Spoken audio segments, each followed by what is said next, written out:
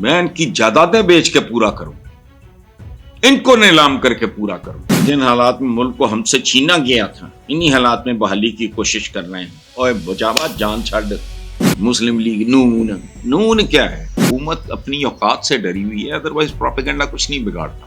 بد انتظامی اور نااہلی کی بدولت ملک بدترین دلدل میں پھنس گیا، کو خدا کا خوف کرو، اتنا ننگا بڑا جھوٹ نہ بولو۔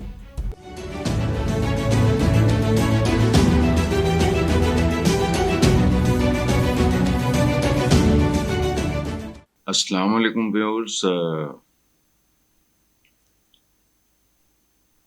پہلی جو بات آپ سے میں نے ڈسکس کرنی ہے، شیئر کرنی ہے، وہ ہمارا بیسیکلی ہمارے ڈی این اے میں شامل ہے، ہمارے بدقسمتی سے ہمارے کلچر میں ہے۔ ہم تو پڑوس میں اکٹھے نہیں ہوتے، ہم تو ایک کمیونٹی میں اکٹھے نہیں ہوتے۔ طبقاتی تقسیم ہے، فرقہ واریت کی تقسیم ہے، ذات برادری کی تقسیم ہے، چھوٹے بڑے کی تقسیم ہے۔ ہمارے ہاں ٹوٹل جو ہمارا سارا کلچر، میں کسی ایک کی بات نہیں کر رہا، یہ افسوسناک بات ہے کہ ان حالات میں۔ اچھا، اب چلتے ہیں جی نون۔ مجھے آج تک سمجھ نہیں آئی کہ کیا مسلم لیگ نون کیا ہے؟ یہ نمک حرام ہے، ندامت ہے، نان سینس لیگ ہے، کیا ہے مطلب نون؟ پچھلے اس پہ میں نے بیان پہ تبصرہ کرتے ہوئے کہا کہ مسلم لیگ صرف قائد اعظم محمد علی جناح، اس کے بعد ٹوٹل فراڈ۔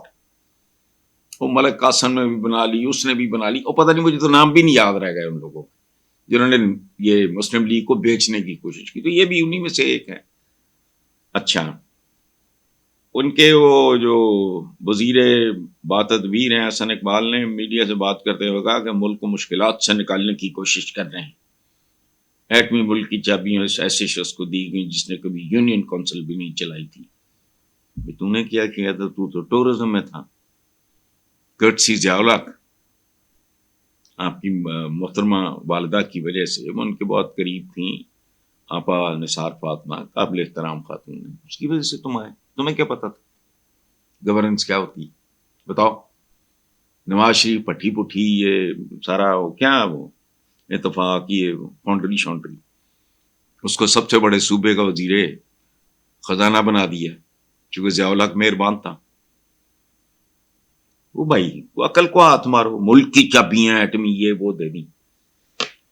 اچھا، آگے کہتے ہیں جی کہ بد انتظامی ان کی، اچھا سبحان اللہ، کی بد انتظامی اور نااہلی کی بدولت ملک بدترین دلدل میں پھنس گیا، کو خدا کا خوف کرو، اتنا ننگا بڑا جھوٹ نہ بولو۔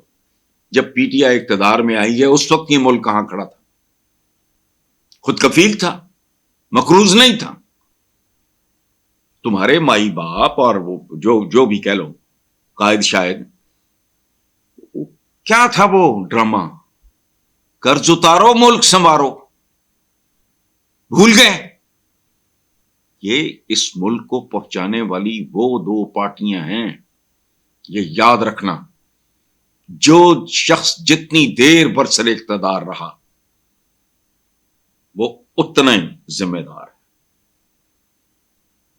میں ان کی جائیدادیں بیچ کے پورا کروں، ان کو نیلام کر کے پورا کروں، لیکن اللہ گنجے کو ناخن نہیں دیتا۔ میرے بس میں ہو، ننگی چٹی بات ہے، کوئی اس میں دیکھو بات سنو۔ آپ کے اپنے قائدین، انہوں نے تو کام کاروبار کیا ہی نہیں ہے، تو سیاست کر رہے ہیں پچھلے تقریباً 40 سال سے۔ تو ان کے والد کے جو بھائیوں کی باقی اولاد ہے، وہ پاگل ہیں سارے۔ ان کی گروتھ ہے نیچرل، جتنی روٹین میں کاروبار میں کسی بھی کام میں ہوتی، آؤٹ آف پروپورشن۔ ان کی لاٹریاں کیسے نکلی؟ تو اس طرح کی بات نہ کرو۔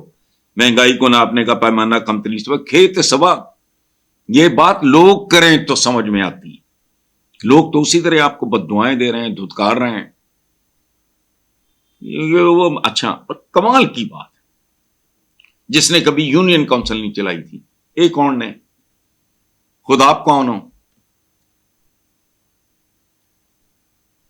عجیب و غریب بات، نہ سوچتے ہیں، نہ کو گل نہ کو بات۔ قرض اتارو ملک صبرا تھا، قرض اترا تھا، وہ جو کیمپین تھی مجھے نہیں پتا۔ ڈالر تک تو تم لوگوں نے سیز کر لیے تھے۔ جہالت کی آخری انتہا تھی، تب بھی کچھ نہیں بنا تھا. تو جب پی ٹی آئی نے اقتدار سنبھالا ہے، ٹھیک ہے نا تجربہ کری تھی، تو نواز شریف تجربہ کار تھا. بھٹو کے پیچھے تو پھر ایک لیگسی ہے، آصف زرداری کے پیچھے ایک لیگسی ہے، ان کے والد ایم این اے، یہ وہ سارا. تم لوگ کون تھے؟ کدھر سے آئے؟ تمہیں کون سا تجربہ تھا؟ تو اس طرح کی بات نہ کیا کرو. ماں کے پیٹ سے کوئی بھی نہیں سیکھ کے آتا. آپ لوگوں نے بھی بتدریج اچھا برا جو بھی ہے سیکھا، لیکن آپ کو کیا پتا تھا پہلے ڈے ون؟ اچھا، آگے فرماتے ہیں کہ جن حالات میں ملک کو ہم سے چھینا گیا تھا، انہی حالات میں بحالی کی کوشش کر رہے ہیں. اور بچاوا جان چھڈ بحالی کی. اس ویلے کیڑی دودھ کی کو نہریں بہ رہی تھیں، چشمے یہاں شہد ابل رہے تھے، اور چند زیب نے خودکشی ماڈل ٹاؤن میں آپ کے قائد کے گھر کی تھی. روزنامہ پاکستان میں لیڈ لگی تھی، شیر آٹا کھا گیا.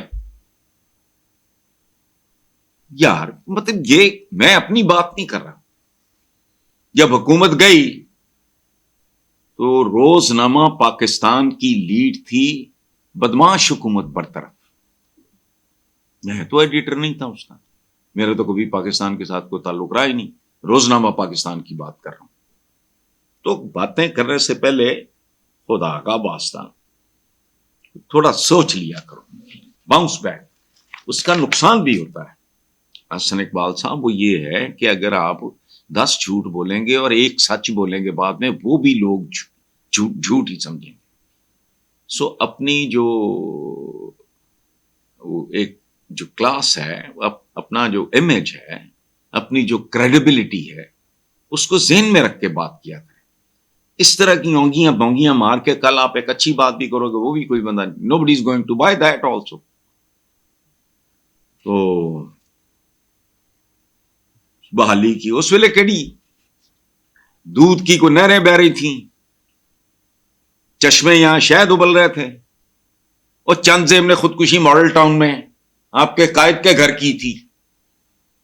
روزنامہ پاکستان میں لیڈ لگی تھی، شیر آٹا کھا گیا. یار مطلب یہ میں اپنی بات نہیں کر رہا. جب حکومت گئی تو روزنامہ پاکستان کی لیڈ تھی بدماش حکومت برطرف. میں تو ایڈیٹر نہیں تھا اس کا، میرا تو کبھی پاکستان کے ساتھ کوئی تعلق رہا ہی نہیں. روزنامہ پاکستان کی بات کر رہا ہوں. تو باتیں کرنے سے پہلے خدا کا واسطہ تھوڑا سوچ لیا کرو. باؤنس بیک، اس کا نقصان بھی ہوتا ہے. حسن اقبال صاحب وہ یہ ہے کہ اگر آپ 10 جھوٹ بولیں گے اور ایک سچ بولیں گے بعد میں، وہ بھی لوگ جھوٹ ہی سمجھیں گے. سو اپنی جو